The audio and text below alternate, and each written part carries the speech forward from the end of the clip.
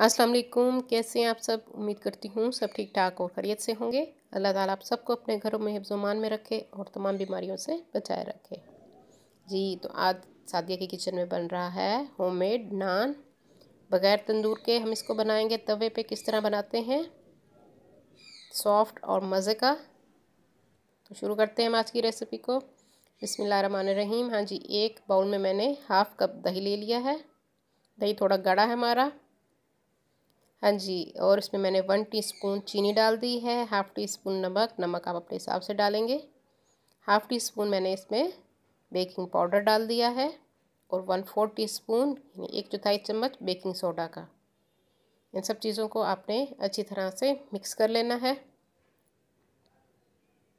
अच्छी तरह से हम इसको मिक्स कर लेंगे। उसके बाद हम इसमें डालेंगे मैदा।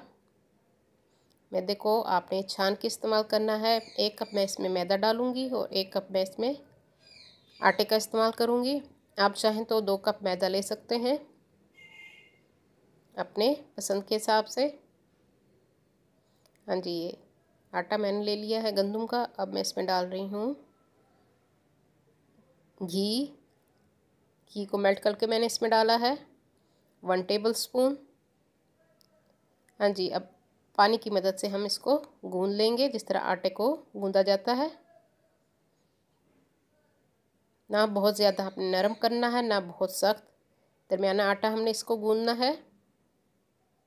अच्छी तरह से आपने इसको गूंदना है 4 से 5 मिनट। हाँ जी, आटे को मैंने गूंद लिया है। अब हम इसको कवर करके रख देंगे ताकि ये राइस हो जाए।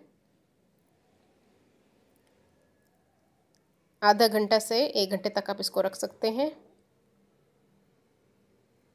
हाँ जी, 45 मिनट मैंने इसको रखा है। अब दोबारा इसको 3 से 4 मिनट में अच्छी तरह से गूंद लूँगी। आप देख सकते हैं आटे में अच्छी तरह से लचक आ चुकी है और सॉफ्ट भी है।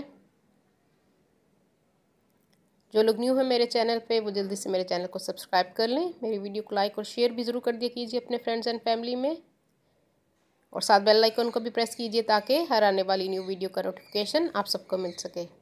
हाँ जी, आटे को मैंने 3 से 4 मिनट मज़ीद गूंद लिया है।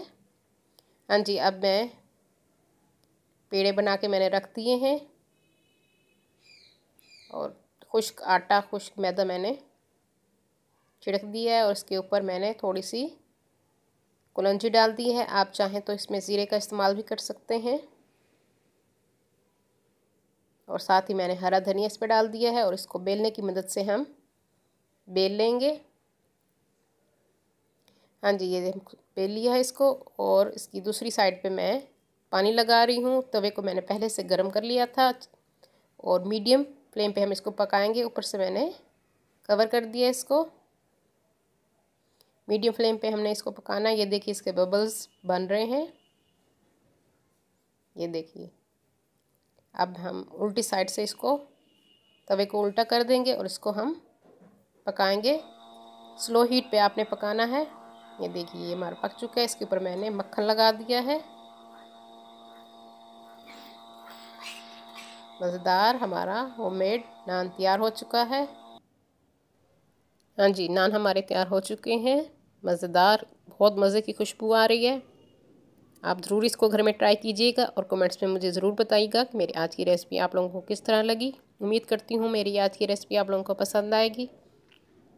मैं इसको ऐसे ही खा लूँगी बग़ैर सालन के। इतना मज़े का लगता है नान। ये कितना सॉफ्ट, और पीछे से देखिए बिल्कुल सही पका हुआ है। अपनी दुआओं में याद रखिए। अल्लाह हाफ़िज़।